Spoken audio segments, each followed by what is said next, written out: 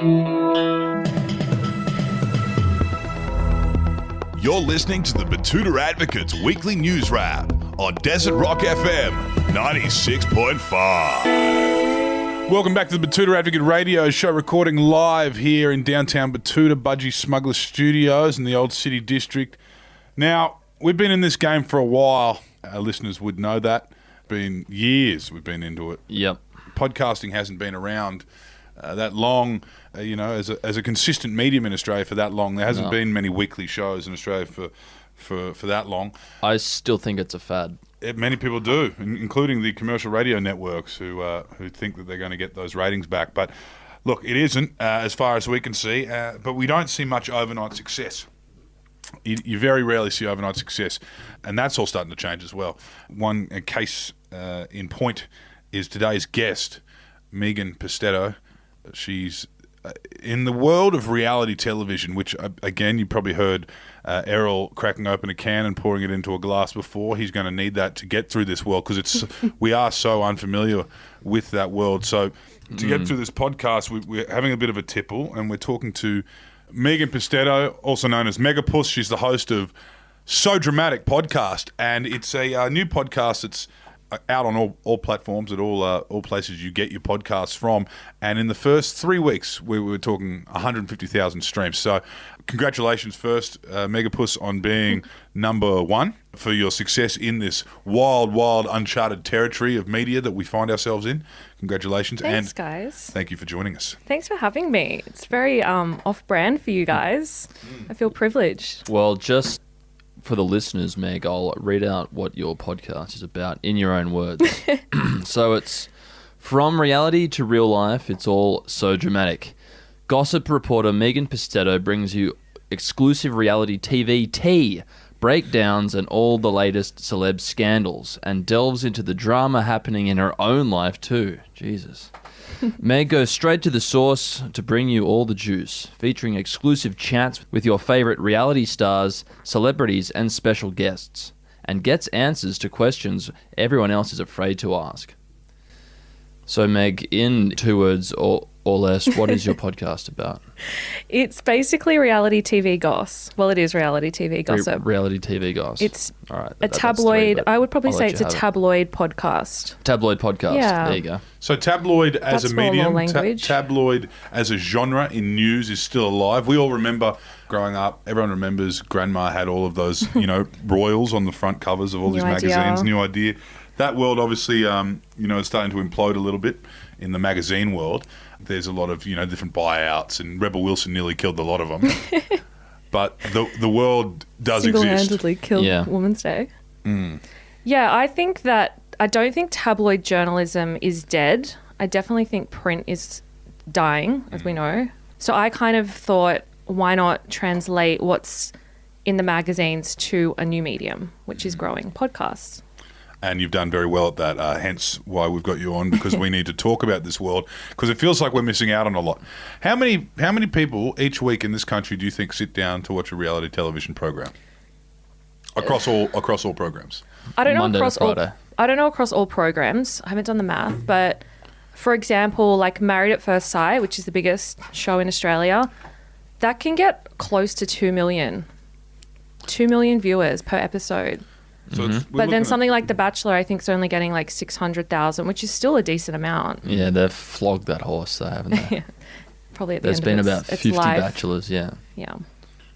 So can you tell us, you are friends with a lot of these people, and I say these people in quite a derogatory way. What do these people usually do with themselves before they enter public eye? What are their jobs? It's gone are the days of Big Brother where you'd load a house up with like brickies and receptionists and you'd create an almost social experiment. Nowadays, what are you dealing with here? You borderlines pro surfers? Yeah. Who are these people? There's a lot of that are up on these shows? influencers. It depends what show. Like Love Island, Bachelor, I think there's a lot of influencers, gym instructors, Like social media makeup artists, identities. those types of people, I guess, models. But something like Married at First Sight has more, I guess, diverse cast, more like More a discerning. snapshot of society, a bit more broader range. But yeah, definitely the younger skewed shows would have the influencer type people. And that's why I think it's kind of gone a bit, I don't know, it's not like the old days. The old days were also, the new days when no one really knew. There was the raw data, and they probably made a lot of mistakes. There was probably a lot of mistakes in those I feel survivors. like a lot of things that were aired Yeah. back then would just not fly these days. Do you remember the turkey slap? Remember the turkey slap? I remember Sarah Marie. I remember Big all Brother? of the what would now be, quite a media event. There was a lot of incidents that happened in those islands and houses that they lock these drunk bogans into. But nowadays, there's a bit more production goes into it. Definitely. It's Yeah. heavily scripted. I don't even think I Oh, would. really? Yeah, I don't even think I'd call it. It's not reality. It's like heavily scripted. Who writes it? Like, are Well, there, it's are there writing jobs? it's not. for There's not the- a script per se. It's Right. more like heavily guided. Like, please say this, or can you have a Good. conversation about and that? that comes from the producer. Yeah. Right. They have an idea of what they want before you go into there. Really? They have an idea of what character you're going to play, where they want the storyline to head. Sometimes I guess even there's talk about contestants being pre-chosen. Like for The Bachelor, like the winner is already determined before you go Right. in. So Do you think that's a role you'd be able to pivot into one day? I mean, producing. yeah. You Well, I came always- from magazine I always- land. You came from that Yeah. world, magazines. I've never done TV, but I always joke that Channel 10 or 9 should put me on the payroll because I feel like I'm influencing it a bit from the outside. I don't know. But what these so-called contestants are saying to you is not scripted, right? No. Right. That's off script. Yeah. That brings me to my next question: do these people really have sex with each other? Which people? All the contestants. shows are different. Yeah, on So all these each different one- shows. Some are like Married at First Sight. Obviously, they're living together and most of them are sleeping together. But then, like something like The Bachelor, no way. Really? What do you mean? Like, is there any real relationships that emerge in Yeah, these definitely. scenarios? People are getting married. People are having kids. There's couples still together. Really? The first Bachelor couple is still together. Oh, They're having a it's- baby. It's Isn't that lovely? It sounds like the Truman Show to me. That's all part of the script. You'll love to see No, it. though. as if they would carry the script on for like 8 years, But as if you wouldn't do it for if the rest of their lives. if Channel 9 wasn't giving them a bunch of money each year to still I think remain together and keep There- the fantasy alive. Yeah, there for is the- a for the next contract. class. I've been told there is a contract. If you're on The Bachelor and you win, you have to stay together for 3 months. That's to protect the franchise. On paper, So though, but like you don't have like this breakup and it's like, oh, this show's fake and nothing. What's the point? But like after the show, you but could after just be 3 like, months, "You're not living in my house." Yeah, but they have to make appearances. they have to keep Oh, up I appearances suppose, for 3 months, and then after that, But you do they can know do what they want. what you're getting yourself in for, don't you? When you're signing up, it's all in the contract. Yeah, I've seen the contracts. The contracts are like thick. Like, Thick? They're How thick? like, what's that word? They're Dense. Dense. yeah. I've seen they literally have a clause in there that says, you give us permission or you sign your right away to like we can portray you however we deem fit. Oh yeah. So if there's a clause in there that says that, I'm pretty sure you know what you're signing up for. That's where my sympathy ends. Because there was a lawsuit that's going on now between like how I think it was a House Rules contestant. how she was, in her opinion, being very nice and kind to everyone, but then on the shorts and on the show, she was making it out that she was a little Hitler on the show or something like that. I don't know. Hitler. So with limited screen time that each person gets, they will choose certain facets of your personality to amplify, if that makes sense. So you might Yeah. not always be a villain, but sometimes if you have that outburst, they only show those outburst moments, then you're going to come off looking like a villain. So you have to be really careful about what you do because they might only show that side of you. And everyone, I guess, is like Yeah. multifaceted. So how long do these shows take to film? Are they things that happen, each week for 8 weeks and then, or do they shoot the whole thing at once and then it goes to air? No, like it goes to air quite late. Right. They spend a lot of time editing it, which is another red flag, I guess. But Married at First Sight, I think, is filmed for 4 months. They live together in like a social experiment. How much are they paid, or like... It's $150 a day, and that's Fuck. that's $150 a day? Yeah, but that's expensive. You'd earn more than So- you'd yeah. earn less than a fucking station hand on any station in Northern Australia. But not only that, they're working like the hours, like 20 hours a day you're filming for sometimes. So you are literally, and when you're doing Married at First Sight, you have to buy your own food. You're losing out on work. You've still got to pay rent. It doesn't even cover your living expenses. I don't think it's worth it. But You as have you to said, really- the sympathy ends at the contract. yeah. Can If you there's ju- something in there that says like, you don't have any right with how we're going to portray you. Like, as if you would sign that. Like, come on. Here's a hypothetical scenario. Let's say a contestant signed up for one of these shows for reasons other than finding love. what would those reasons be? What can you possibly gain from being on one of these programs aside from finding love or maybe getting $150 a day for 20-hour days for 4 months? Instagram followers. Is that it? Is that what we're talking about? 5 minutes of fame. Yeah. It used to be 15, now it's 5. Yeah, I think it's mostly the Instagram following, because once you've got that Instagram following, you can monetize that if you're smart. But there's so many reality stars now. There's like, it's not even a dime a dozen. It's like thousands now. So have you seen any sad stories? Have you seen any flames immediately burn out? Most of them do these days, because back in the day, it was like a big thing. If you can get on TV, it's like... Oh, you Fitzy, you end up on exactly. radio for 20 years. Chrissy Swan, Yeah. Like, I feel like people forget, people like Guy Sebastian, Jess Mauboy, Sophie Monk, they were all reality stars back in the day, and they've managed to build a whole career off it. But these days, there's just, 8 shows a year. They've all got about 20, 30 contestants on each show. That's like, there's 100 new celebrities each year we're introduced to. It's like, how do you even remember them all? And prior to being on these shows, they weren't really, they were high profile for just being hot or being muscly. They're not high profile. They're just normal people. I think there's a big difference between someone who's famous and just some bloke you recognise at the fucking post office. Yeah. Thing is, you probably don't recognise these people, these contestants, within 18 months at the post office. You wouldn't recognise them. There's a few that can maintain some sort of status quo after, like, the villain always manages to forge a successful career after the show. Can you tell us why all these people always end up on commercial radio? They end up on Home and Away or Neighbours. For a couple episodes, yeah. If they're lucky. That's like hitting the jackpot if you end up on Home and Away or Neighbours. I'll tell you what, it sounds like an absolute boom to be an agent. I mean, because you've got these people who come in and then the TV stations, they rip them off. And then you've got an agent who's like, I can get you on Home and Away, and then they rip them off. It sounds like to me as a layperson that this is just people being exploited repeatedly. Just so they can be recognised at the fucking post office by someone who gets the bus to fucking work every morning like me. Pretty much. You know how lucrative it is, though? Immediately after, there's a lot of money to be made. But what do you mean? Like, you get free entry to the birdcage at the Melbourne Cup for 1 year? No. You get to go... Okay, so you get to go to events and all of that. Also, you can charge... These people charge up to $5,000 per club appearance immediately after the show. So nightclubs. Can you believe that? Nightclubs. Yeah, so they'll do like a big nightclub tour around Australia, or they'll go to like regional pubs. I know the ones, yeah. Like the bingo. There was math stars doing like bingo appearances in like Dubbo. Fuck me. That's some good cheddar. And they were getting like $3,000 an appearance. So if you do like 4 a weekend, 5 a weekend, that's some serious coin. And then on top of that, you can charge like a couple of $1,000s for an Instagram post.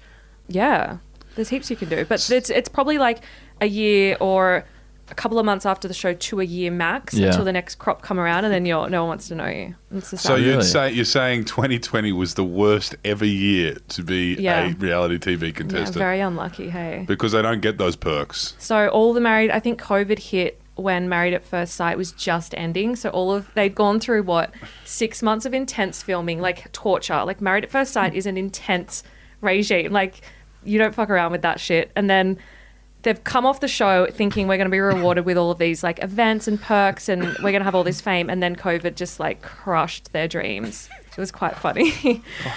So they didn't get any events. They basically just like faded away so fast. I mean, that's just accelerated what was going to happen to them anyway, though. Yeah, but they missed out on even like their couple of months after. They had all these nightclub appearances planned and they had to cancel them. Yeah. Melbourne Cup, like the spring carnival's a great kind of little flutter. Don't get invited to that. So they don't even get... Because like when I went to Melbourne Cup... You were birdcage, of course, yeah, obviously. as a journalist. I wouldn't go if I wasn't joking.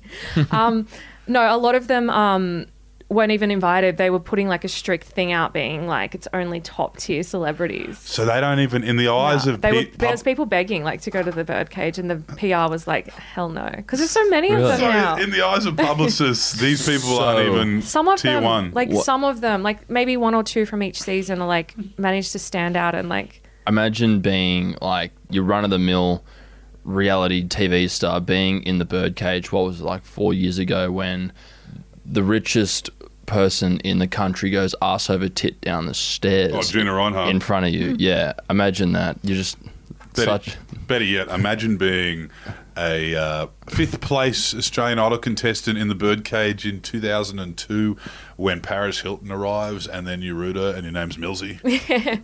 Millsy, R.I.P. Is he still around? Now, can you tell us, it is reality TV, that's what they call it. You said it's basically soap opera. It's heavily scripted, but occasionally real life slips in there. And you're dealing with unhinged, volatile people who obviously put themselves through this shit for feeling like they're slightly famous for 5 minutes. Your words, not mine. Now, has there ever been has it ever gotten real in what you've seen? Because you follow all this shit closely behind the scenes as well. Has there ever been any crimes committed? Yeah, heaps. Yeah, like, what are we talking, drugs, so fighting, assault, like punching on? I broke 2 really good stories, Insider actually. trading. Yeah, there's been a lot of crimes happened. So, okay, where do I start? There's With the best one. lots of drug taking during filming, Yeah. like a lot of coke benders and stuff like that. Right. Disgusting. They don't Producers know strike me about as it. the type of people that would Hey, enjoy cocaine, no. Producers know about it as well. No, they'd all Really? hate weed. Those fucking lunatics. They'll be bouncing off the walls with that bloody So, cocaine in them. So Devil's Dandruff, obviously they look Yeah. like the type of people that would enjoy it. Producers once upon a time would fill them up with champagne and just see how naughty they got. Nowadays Yeah. they're kind of turning a blind eye to maybe them racking up in the bathrooms.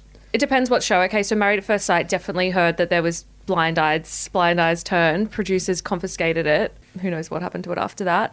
They threw it out. Yeah, taking this off you. Thanks. TV producers How dare you? confiscating cocaine and flushing it down the toilet. It's very believable. I'm sure they did. Married at First filthy Sight industry, isn't it? is a bit looser in terms of that stuff. And then something like The Bachelor, like definitely not. Like they do heavy searches. A guy tried to smuggle Valium onto the island, and he was mixing it with alcohol. He got caught though. Why? Why the Because- hell? okay, why so- the hell would you mix Valium and alcohol? Because I think he just wanted to enhance the effect. I don't know. Maybe he had a problem because a lot of them do have some sort of The problem. Bachelor had like a super. There was, I think it was a sexual assault scandal in the US. So they used to like pump them with champagne and stuff, and then when that happened overseas, they basically crap themselves, and they gave them like watered down mocktails at Paradise the year after that because they were like, we do not want a sexual assault thing on our hands. So now in Paradise, because it's basically like schoolies, right? Yeah. You have to give consent before you have sex with someone. So they knock on the window and they're like, hey, do you give permission to have sex with this guy? And you have to film it. So they're really strict on The Bachelor. The Bachelor's a bit more wholesome than Married at First Sight. Married at First Sight don't do that. They just shove you in a room with your new husband and they're like, please, procreate or something. I don't know. Fuck this guy.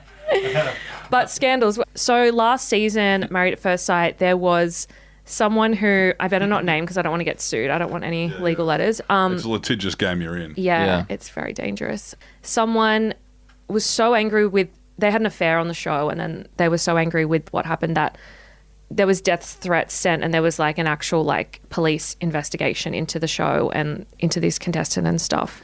And then there was a contestant that was just recently arrested for breaching COVID rules. That was kind of juicy. That's just come out. And then the season before that, there was a contestant who took an AVO out on his ex-partner.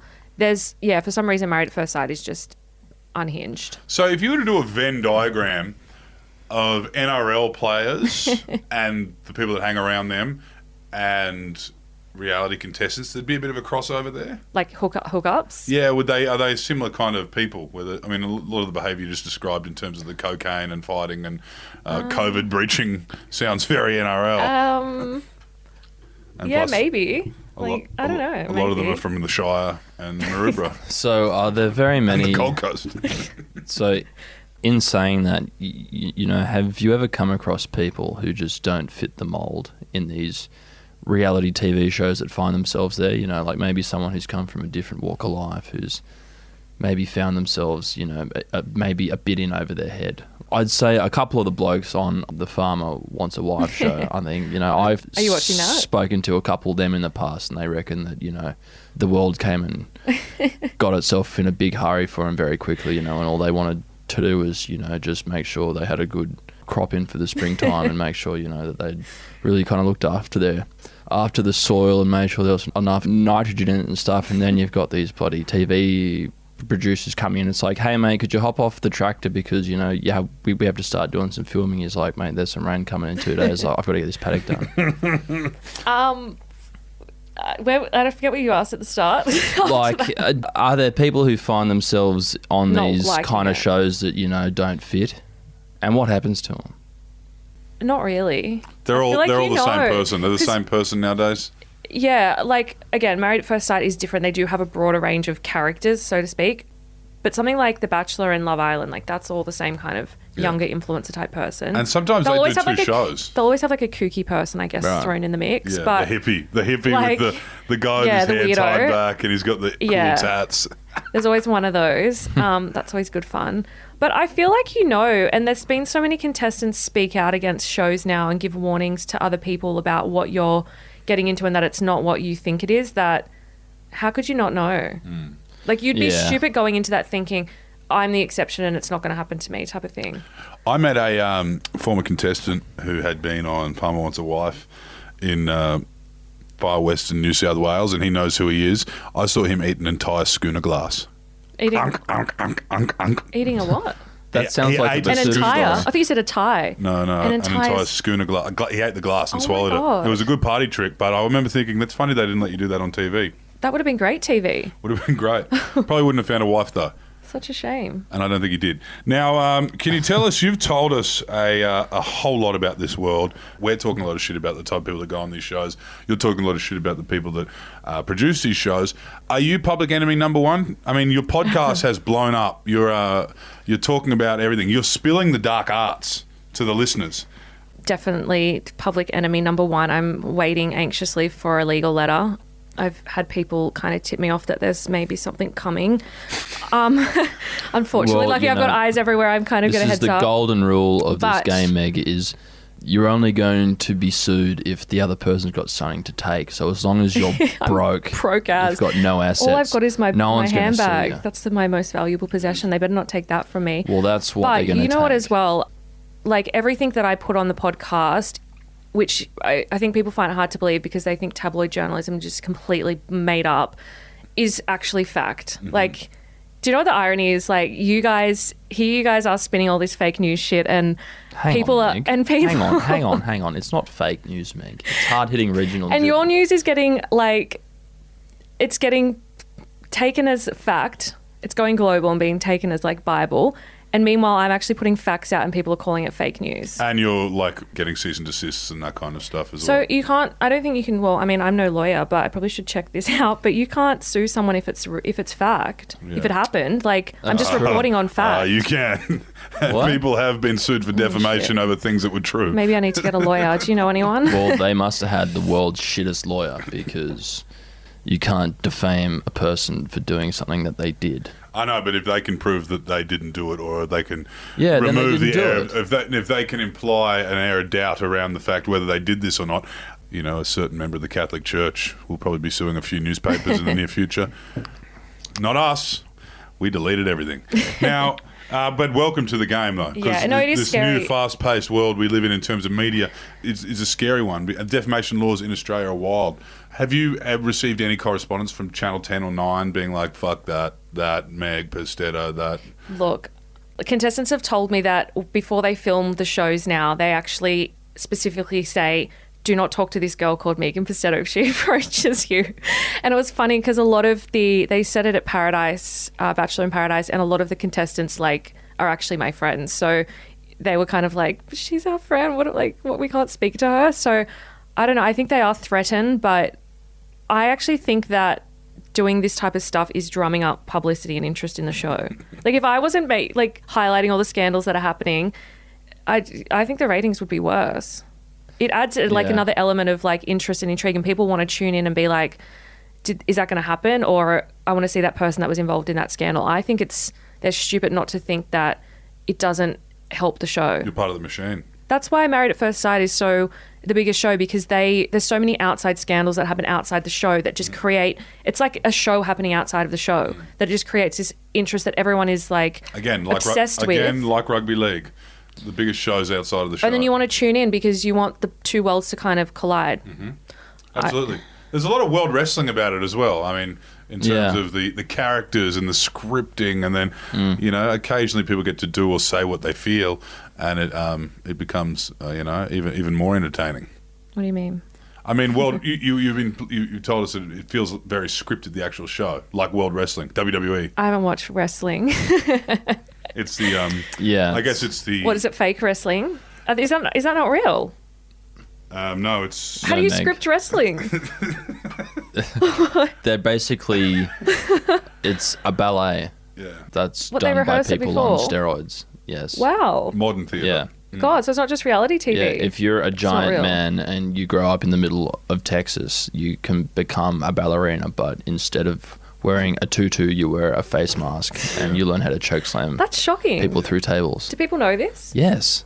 Yeah, And they still watch? I think that's the general universal And they consensus. still watch. There are people who go to the theater every single week to go and watch. Someone get hit with a chair. Yeah, that's basically what it is. It's like going down to your local art house and watching a play. Like going to Shakespeare in the olden days. Yes, Yeah. exactly. That's exactly what it is, The Meg. Apollo. And what I was initially saying is that's what reality TV is as well. It's modern Shakespeare. I think it started off as like a fly Yeah. on the wall idea, like documentary style, but it's just evolved over time. It's getting less and less real, I would say. Like, eventually it's just going to be like Home and Away, I guess. Now, Meg, I know a lot of these TV shows exist overseas in formats, and what these TV networks do is they buy the format and then they produce it themselves. Are there any homegrown Australian reality TV shows? You know, like ones that, you know, like Australians I think- invented, you we know. came up with. Farmer Wants a Wife, I think, Lots of is things. one. I think Married at First Sight was invented here. What other ones? See, in the Australian States, Idol? Oh, no, that was American Idol Yeah. first. Mm. in the States, you are allowed to get Block? married on air The too. Block. Really? You're not allowed to do that here. That's why they kind of have a mock See, ceremony. in America, they treat you like adults, where here they treat you like children. Yeah. I Definitely. think you need a month. You need a month between applying for your marriage. Something like that, license. isn't it? So the Yeah. American Married at First Sight, they actually get, it's a legit marriage. Which is fucking revolting. It's a lot of Really, paperwork. isn't it? You 'cause I should don't- see. You I should see. mean, they kicked up such a fuss over gay marriage, and they're getting married to strangers, yeah. strangers on television, It's quite like unfair. instantly. So much paperwork's going to It's come like- from that. It's like, they're not going to respect the institution Yeah. of marriage, and then they're getting married like that on CBS. CBS. The American version of Married at First Sight is so insane. Is it better? It's a bit, actually, the Married at First Sight's a bit more like laid back. It's not as drama. And they aired the Australian one over there and they were like, get these Botox bitches off our screen. This is ridiculous. Like, they thought we were like so, Because way more drama. Australians overproduce the fuck We out of it. overproduce. I think because the Americans actually have like authentic drama happening because there's like Americans are just, Well, Americans all have media training. You can interview any American in the street and they'll give you the most perfect soundbite. Yeah. Whereas Australians, you need to fill them up with need to kick them up mocktails the and bum, yeah. trick them into thinking they're pissed. And that's then so true. now, and another element that I've been drawing parallels between, between reality TV and sport and wrestling. But one of the main parallels, of course, is the sports betting element of it. And people bet. We'll finish off today's episode. I mean, if you want more of Megan Pustetto, go to So Dramatic Podcast, where you find all your good podcasts. But we're going to finish today's episode with, we're going to ask for some tips. Who do you reckon's got it in the bag this year in the Batchy? Well, I always go off Tab. Mm-hmm. Tab is never wrong. Bachelor, I think they've put the favourite as Irina. Mm-hmm.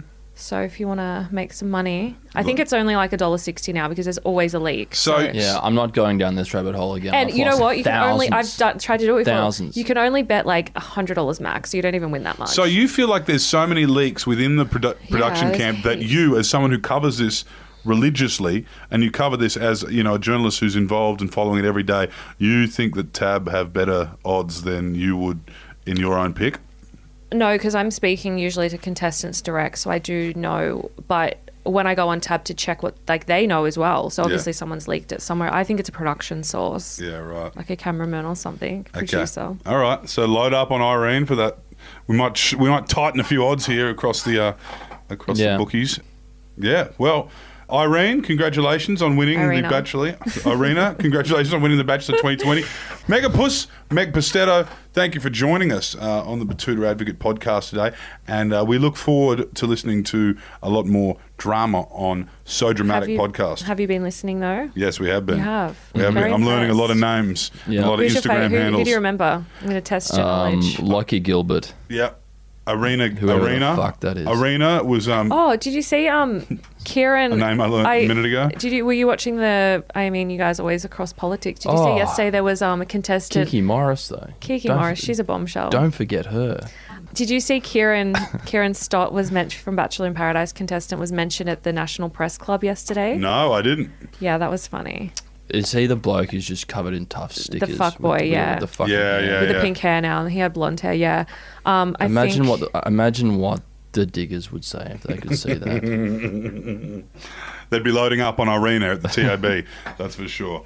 Thank you for joining us this Thanks week. for having me, guys. Meg, and all the best with your endeavours, and let's hopefully you can keep your fair and honest reporting of reality That's what TV. we aim to do here. Truth only, no fake news, guys. No fake news. Let's just hope that the producers can get over themselves and let you get on with your job. That would be nice. Thanks, mate. Thanks, guys.